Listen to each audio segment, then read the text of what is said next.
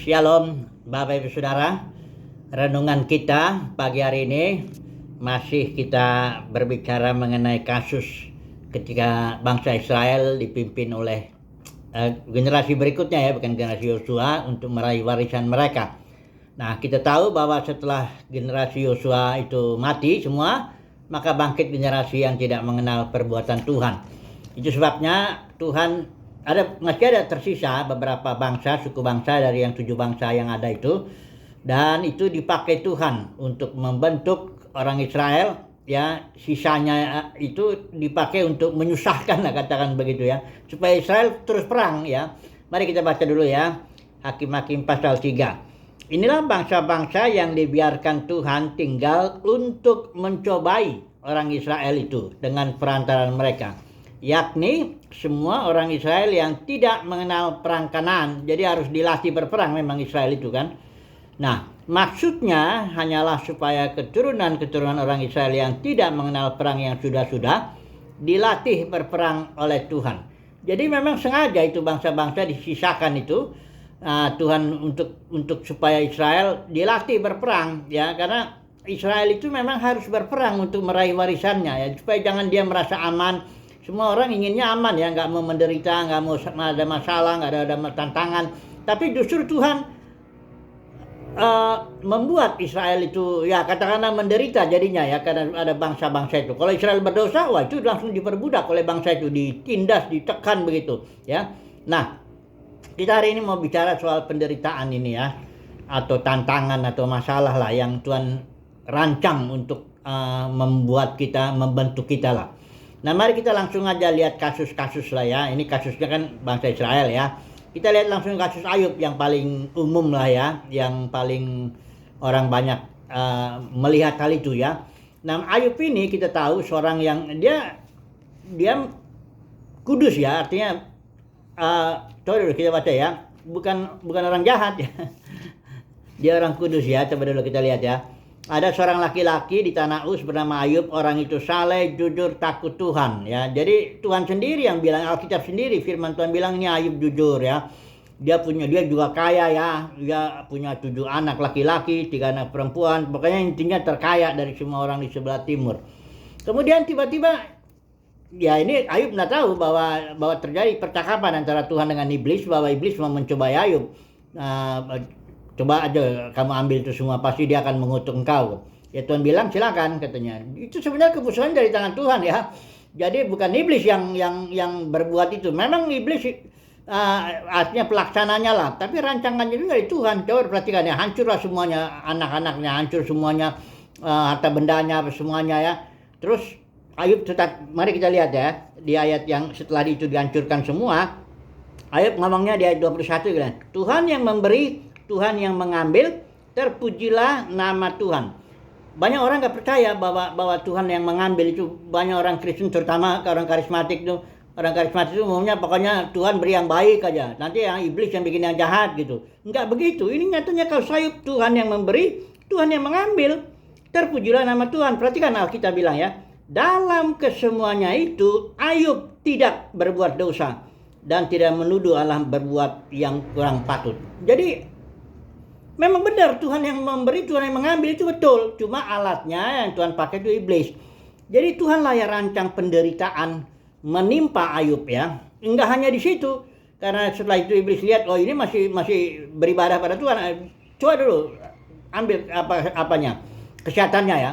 Akhirnya Ayub dikasihlah penyakit kayak semacam bisul-bisul itu yang bikin perih dari ujung kepalanya sampai kakinya, sampai Ayub garuk-garuk gitu. Apa istrinya aja, udahlah kamu mati aja lah, kutuk aja Tuhan itu katanya. Tapi Ayub tetap ya. Lihat, perhatikan ini ayat yang pasal 2 setelah dia dihantam penyakitnya itu ya. Dikatakan di sini ayat yang ke-10 ya. Apakah kita mau menerima yang baik dari Tuhan tetapi tidak mau menerima yang buruk?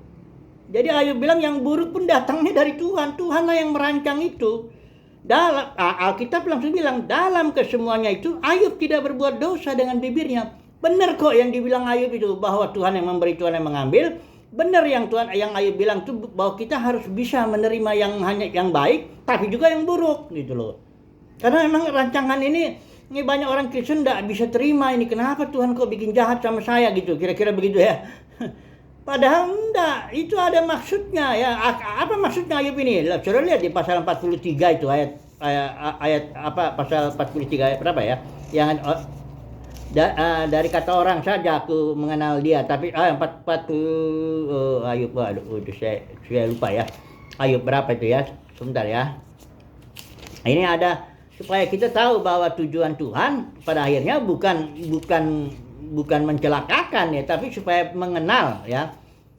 Mengenal Ayub. Ini 42 ya, ayat 5. Saya baca ya. Hanya dari kata orang saja aku mendengar tentang kau, tetapi sekarang mataku sendiri memandang kau. Jadi setelah Ayub dihajar dengan penderitaan yang begitu parah ya, dan akhirnya tapi setelah itu dia dipulihkan dan dia baru melihat tahu ya, hanya dari kata orang saja aku mendengar tentang kau, tetapi sekarang mataku memandang kau. Jadi Tuhan memakai penderitaan, itu dari Tuhan penderitaan itu. Jangan saudara pikir penderitaan itu dari setan. Setan itu cuma alat, itu budaknya Tuhan itu. Nggak bisa bikin apa-apa dia. Dia nggak, rambut kita pun cabut satu nggak bisa kalau Tuhan nggak rancang begitu. Burung jatuh pun ke tanah ini, nggak ada yang terjadi di luar kehendak Bapa. Hidup kita itu semuanya di Mazmur itu dikatakan, Mazmur 139 ya, semuanya udah tertulis, sudah dirancang. Jadi kalau datang penderitaan, nah disinilah kita harus belajar. Memang nggak enak, udah jelas lah siapapun. Yesus saja nggak mau dia menderita. Saudara jangan pikir di kayu salib itu karena Yesus suka menderita ya. Di Taman Getsemani dia berdoa ya. Jikalau mungkin Tuhan, biarlah cawan ini cawan penderitaan ini ya. Cawan ini lalu daripadaku, tapi biarlah jangan kehendakku tapi kehendakmu. Jadi ada dua hal yang Yesus doakan ini. Ini ada penderitaan, cawan penderitaan, di sini ada kehendak Bapa. Nah, Yesus menyukai kehendak Bapa. Dia nggak suka penderitaan. Makanya dia bilang, jikalau mungkin ini biarlah lalu daripadaku, tapi jangan kehendakku, melainkan kehendakmu, karena Yesus sangat mencintai kehendak Bapa. Ya, di kitab Ibrani juga bilang, aku datang untuk melakukan kehendakmu Bapa. Nah, setelah 3 kali berdoa, ternyata Bapa di surga menyatukan ini, bahwa kehendak Bapa lah meremukkan Yesus itu, karena sesuai Yesaya 53 kan, nubuat kan, ya itu kehendak Bapa untuk meremukkan Yesus ya, dengan kesakitan. Makanya waktu Petrus mau bela-bela Yesus, ya pakai pedang, dia bilang, sama kan, masa kan nggak aku minum cawan yang diberikan Bapa kepadaku, katanya. Nah jadi artinya gini, penderitaan itu semua orang nggak suka lah, Yesus pun nggak suka menderita.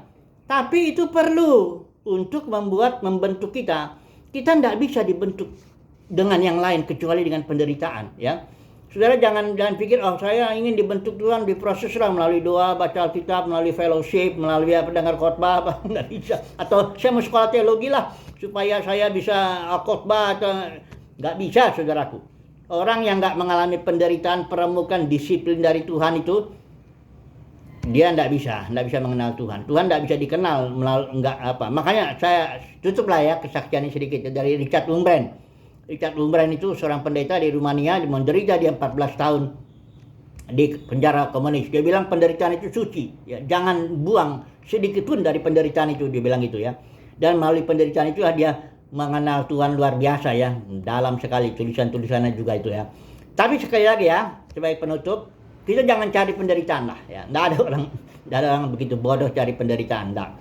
Tapi jika penderitaan itu datang, itu ingat rancangan Bapa sendiri. Bapa lah yang merancang dan memberikan penderitaan, penyakit apa kayak Ayub itu, pokoknya itu dari Tuhan. Ya, nggak, iblis tidak bisa bikin apa-apa. Dan marilah kita belajar ya, bertekun. Paulus bilang di sini, jika kita bertekun dalam penderitaan kita akan ikut memerintah bersama dengan Dia. Nah, penutupnya gini, semoga kita mendapat kasih karunia lah ya, untuk dibentuk melalui proses penderitaan, mendapat kasih karunia untuk bertekun dalam penderitaan, supaya kita nanti akhirnya memerintah bersama dengan Dia di zaman berikut. Ketika Tuhan sudah datang, kita ikut memerintah ya. Nah, semoga ya demikian begitu ya. Inilah renungan singkat kita mengenai topik atau tema penderitaan lah ya. Haleluya, amin.